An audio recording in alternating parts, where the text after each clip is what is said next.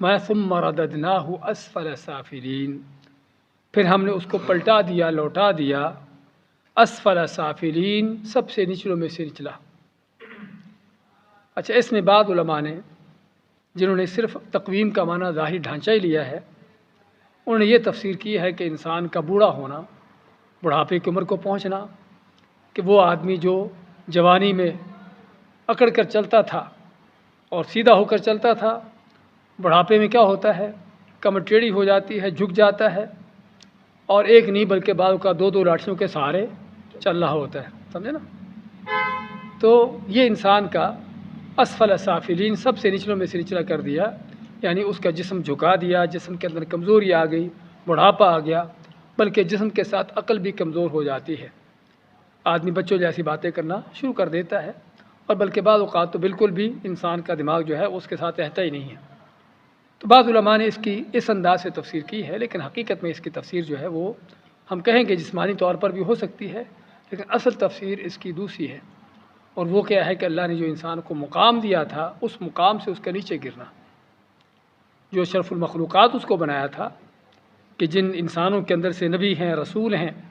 اور عظیم لوگ ہیں، تو ان انسانوں میں سے کچھ لوگ جب گرتے ہیں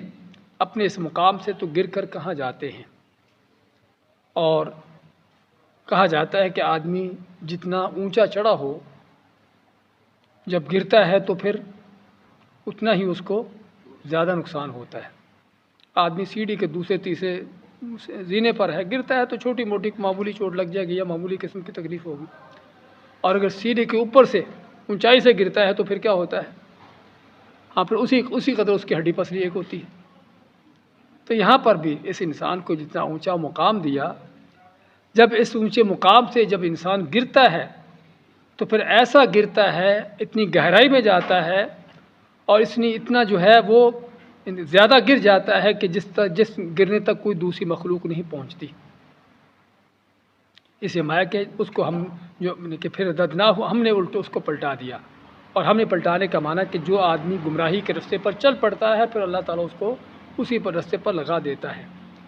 نولیہ ما تولی، اللہ ماتا ہے کہ جو گمراہی پر چل پڑتا ہے ہم ادھر اس کو چلا دیتے ہیں۔ یہ نہیں کہ اللہ تعالیٰ خود اس کو گمراہ کرتا ہے، ایسے نہیں، اللہ تعالیٰ تو ہدایت کے رستے کھولے ہوئے ہیں، ہدایت کے ہر طرح کے اس نے انتظامات کیے ہوئے ہیں،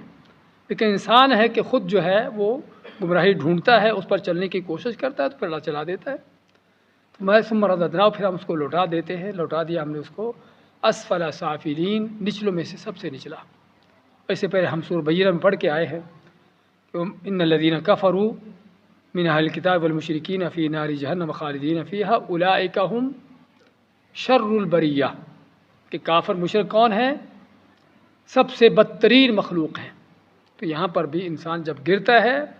تو مخلوقات میں سب سے بدترین ہو جاتا ہے، اپنے مقام میں بھی، اپنی حیثیت میں بھی، اور اپنے کردار اعمال میں بھی۔ اپنے کردار اعمال میں بھی ایسا گرتا ہے کہ جیسا کوئی دوسرا جانور کو مخلوق نہیں گرتی۔ کیا خیال ہے؟ آپ نے کسی کتے بلی کو دیکھا ہے کہ کسی بت کے سامنے سجدہ کیا ہو، کسی قبر درگاہ کے سامنے وہ سر ٹیکے ہو؟ کیا خیال ہے؟ کسی جانور کو کوئی تکلیف مصیبت آتی ہے، کوئی کسی درگاہ کے، کسی بت خانے، کسی اس طرح کے لوگوں کے پاس جاتا ہو، وہ جانور آسمان کی طرف سر اٹھاتا ہے۔ دیکھو گے آپ ان بے عقل جانوروں کو، کیا مانا کہ یہ بے عقل جانور بھی اپنے رب کو پہچانتا ہے، اس کی تسبیح بیان کرتا ہے، اللہ نے جو اس کا مقصد، جس مقصد پہ پیدا کیا اس کا پورا کر رہا ہے، اور اللہ کے ساتھ شرک نہیں کر رہا۔ لیکن انسان جب گرتا ہے تو ایسا گرتا ہے، سب سے پہلے عقیدے کے اندر، اپنے دین کے اندر، کہ اپنے جیسے انسانوں کی صرف نہیں بلکہ جانوروں حیوانوں کی پوجا کرنے پر آ جاتا ہے، اور بعض اوقات بلکہ شرمگاہوں تک کی پوجا ہوتی ہے۔ سومناتھ کا وہ بت جو محمود غزنوی نے توڑا تھا، شیو لنگ نام، وہ یہی تو تھا کہ ایسا گرتا ہے انسان، ایسا اس کا اخلاق کردار برباد ہوتا ہے کہ حتیٰ کہ انسان اس کی بات کرنا بھی اس کو شرم آتی ہے، اپنے عقیدے کے اندر، دین کے اندر۔ اور اسی طرح سے اپنے اخلاق و کردار میں کیسا گرتا ہے کہ اس قدر اس کے اندر حیوان کی درندگی بلکہ درندوں کی بلکہ توہین ہے۔ ایسے انسان کو درندہ کہنا درندوں کی توہین ہے۔ ہاں، درندوں میں سے سب سے جو خطرناک یا سب سے زیادہ برا جانور بھیڑیا کہا جاتا ہے کہ وہ کھانا تو اس نے ایک جانور کو ہوتا ہے لیکن باقیوں کو چیر پھاڑ کرتا ہے،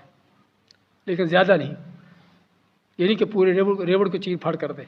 ہاں، کسی ایک بھیڑ کو کھانا، ایک کے دو تین کو اور چیر پھاڑ کر دے۔ باقی جانور جتنے بھی ہیں، شیر چیتا ہو، جتنے بھی درندے ہیں، ان جتنا کھانا ہے، جس کو کھانا ہے اسی پر حملہ کریں گے، اسی کو چیر پھاڑ کریں گے۔ لیکن انسان کو دیکھیے کہ جب یہ اپنے ایک مقام سے گرتا ہے تو ایک نہیں بلکہ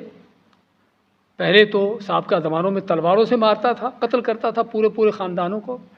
اور آج کل ایٹم بم آ گئے ہیں کہ پوری شہر اور آبادیاں اور پوری قومیں تباہ ہوتی ہیں۔ اور دن رات انسان دوسرے انسانوں کو تباہ کرنے کے لیے وہ دن رات اس ٹیکنالوجی کو تیار کر رہا ہے، اور جس قدر کے اس ٹیکنالوجی میں آگے ہے اتنا ہی زیادہ ترقی یافتہ سمجھا جاتا ہے، اتنی ہی زیادہ اس کی عزت و وقار سمجھی جاتی ہے۔ یہ ہے اس کی انسانیت، آج کے دور کی جہالت اور جاہلیت، کہ جس قدر کو درندگی میں آگے ہے، حیوانگی میں، ظلم میں آگے ہے، اسی قدر اس کو بڑا انسان سمجھا جاتا ہے، جس سے پتہ چلتا ہے کہ کس قدر مفہوم اور کس قدر جو ہے معنی پلٹے ہوئے ہیں۔ اور اسی طرح سے انسان کے اندر درندگی اور معاملات، یعنی کہ ریپ کرنا عورتوں کو اور ظلم و ستم کرنے کے معاملات، کہ آپ کو کسی حیوان جانور کے اندر ایسی اس کی مثال نہیں ملے گی۔ تو یہ ہے انسان جب گرتا ہے تو کس قدر گر جاتا ہے، اس کی گراوٹ کی کیا انتہا ہوتی ہے، اس کی کمین کی کیا انتہا ہوتی ہے، اس کے اندر کیا بخل کنجوسیاں ہوتی ہیں۔ حتیٰ کہ جانوروں کو بھی دیکھو، ایک جانور کو دانہ ملتا ہے تو آوازیں دیتا ہے، دوسروں کو بلاتا ہے کہ وہ بھی اس دانے کے ساتھ اس کے ساتھ شریک ہو، سمجھے نا، کسی پرندے کو، اور ایسے ہی باقی جانور۔ اور انسان کی ہوس دیکھیے کہ اس کی ہوس کیا ہے، اس کا لالچ، اس کی مال کی ہوس اس کو کہاں تک پہنچائے ہوئے ہے، کس انداز سے دوسروں کا مال لوٹنا، ان کے حق چھیننا بجائے کہ اپنی طرف سے ان پر خرچ کرنا۔ یہ انسان کا حال کہ جب اپنے مقام سے گر جاتا ہے، اور یہ ہمارے سامنے ہے، سبھی تاریخ سے بڑی پڑی ہے کہ کتنی ہی آبادیاں اور ملک تباہ ہوئے ہیں صرف انسان کے اس درندگی کی وجہ سے۔